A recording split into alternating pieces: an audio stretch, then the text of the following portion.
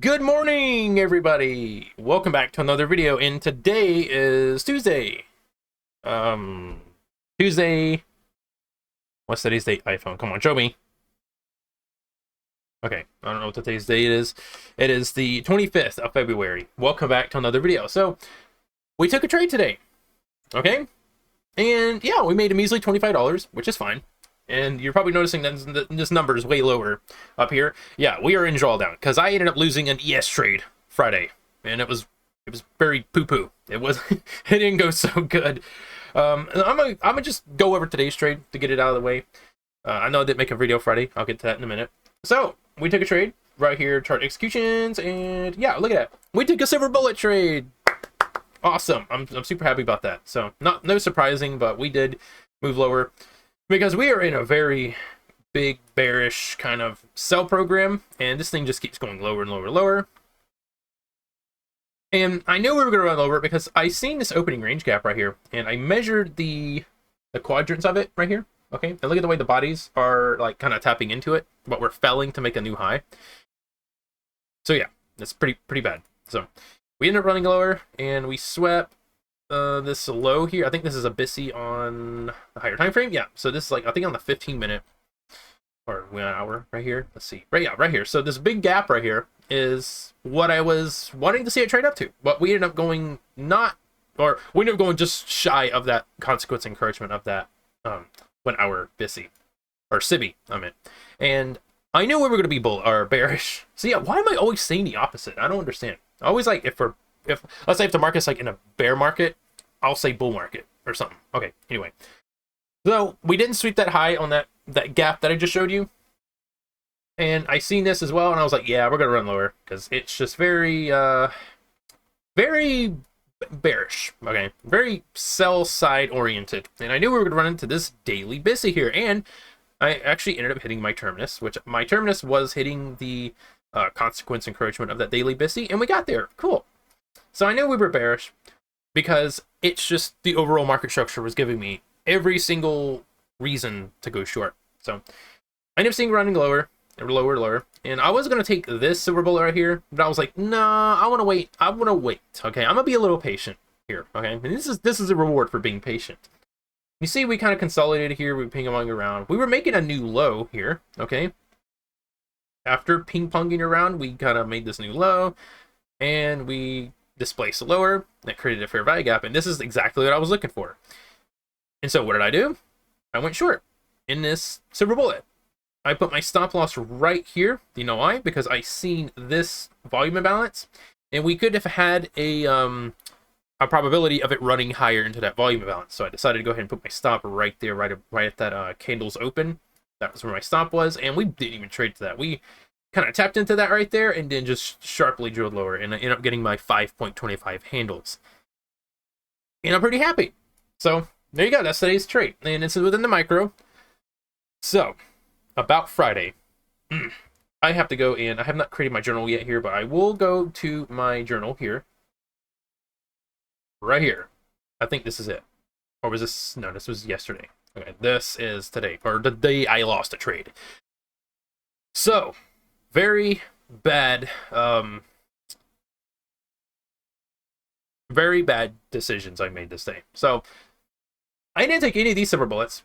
Okay, you know why? Because I was anticipating price to run lower. Or not, I mean, yeah, it was running lower, but I was anticipating price to run higher because I seen these relative equal highs at the top here, which I did not mark because I think I ended up making this like the next day on a Saturday, so I didn't mark that. But I went short or long in this gap here. Okay, I think it was this gap. Which one was that? I think it was this gap. I ended up going long in this gap here. And I think, let me rephrase this. Okay, I think I ended up going long in this gap right here, this fair value gap. After kind of realizing it, yes, because this move right here is what ended up stopping us out. So I ended up having my stop right there at the midpoint of that inversion fair value gap, because I didn't think we were going to trade into that again, and it was right above the thing there. And I think I ended up adjusting it as well, because I've seen this order block right here on a higher time frame.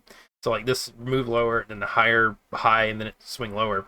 and it ended up stopping me out, and I ended up losing like 260 something dollars, which was pretty bad. And then we just kind of consolidated afterwards. So yeah, it was pretty bad. And I ended up forcing a trade afterwards because I was like, well, I mean, we lost some money, and it kind of messed with me a little bit. I will be honest, it did mess with me. So I went in with a micro contract. To be mistaken, I thought it was a micro contract, but this stupid thing up here, as you know, on Top Step, you got, when you change your chart, it doesn't change what contract you actually have selected. So when I ended up going long in this, wait, which one was it? This one right here. I think I ended up going long here, or somewhere in here, I believe. And I ended up having a actual ES contract rather than micro, and I ended up even losing more money than I did. So I'm gonna go to stats here. Ugh. Oh, I don't like. I don't like it. I don't like this.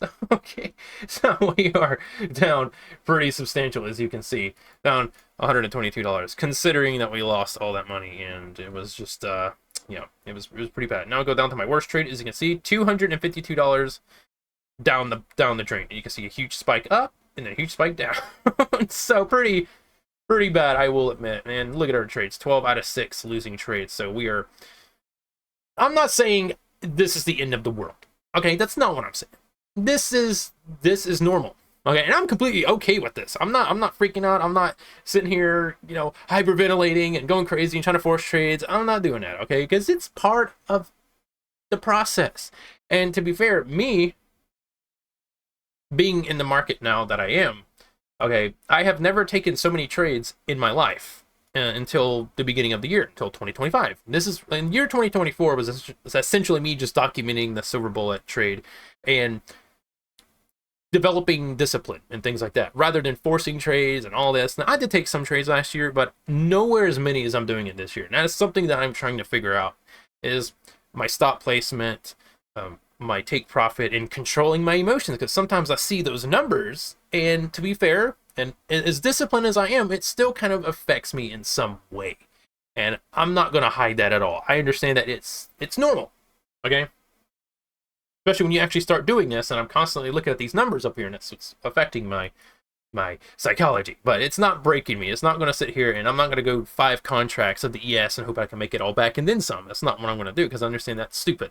That's why we're doing micro contracts after losing the ES, because we're lowering the risk. And that is what we want to do. We want to control the risk rather than amplify it, right? So you don't want to sit here and trade 5 contracts of the ES after losing 3. You want to decrease that amount and just go from there. Given the fact that we traded only 1 ES contract, we couldn't go any lower than that, so we just went to the micros. And I love the micros, by the way. I know a lot of people bash the micros because you don't make a lot of money, but hey, I think you can make good money with the micros as long as you're not greedy. And you look at it in the like a drawdown kind of bunker kind of thing, where you go to your safe space, I guess. I don't know. So anyway, we made a trade today. I'm pretty happy with this, and I am done for today. I'm not going to trade anymore. I might go long here. No, I'm kidding. You say you thought? No, I'm joking. I don't know. I'm stupid. I'm feeling pretty good, but after this massive losing day that I had, I feel better. I really do. Like, losing, it kind of messed with me a little bit. I will admit, it kind of was like, oh my god, no, I don't. And that's why I forced that trade, that micro contract, and I ended up thinking that it was the micros because I just switched the chart, but I didn't switch the thing up here to the actual, to the EMS, but it was still ES. And when I went short or long, whatever that thing was, I was down like almost $50 or $60 in a couple seconds. So it was pretty substantial. But you know what? Hey, we learn from our mistakes. We learn from our experiences, and I want to make sure that we document every single move and every single thing. Now, the reason why I didn't make a video Friday wasn't because I was in mental distraught. It's because I don't really like making videos on the weekends. I think it's a day off from the markets and from talking about it. I just take a break and play video games and stuff on the weekends instead of looking at the charts and all that, because it's good to take a break from the charts every once in a while. And the weekend is definitely my kind of my break from this.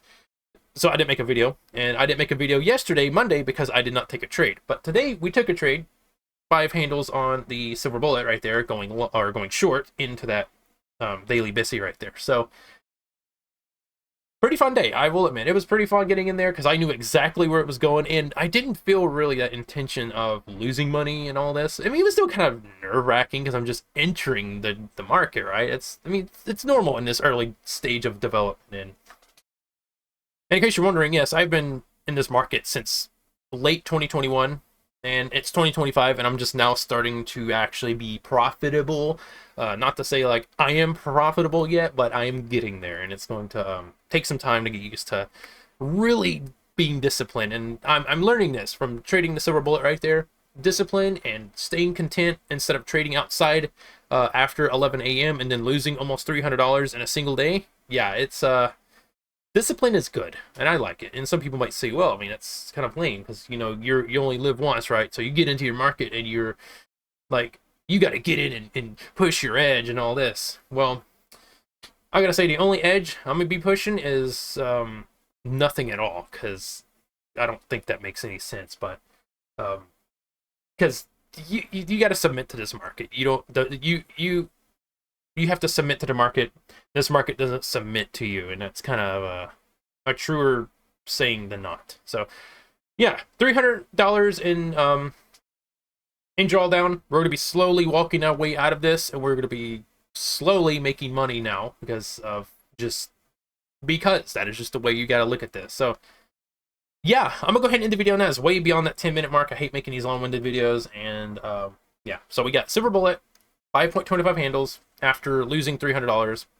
So yeah, we're gonna be in drawdown recovery, and it is going to be awesome, and I can't wait. So hope to see you in the next one. Peace out.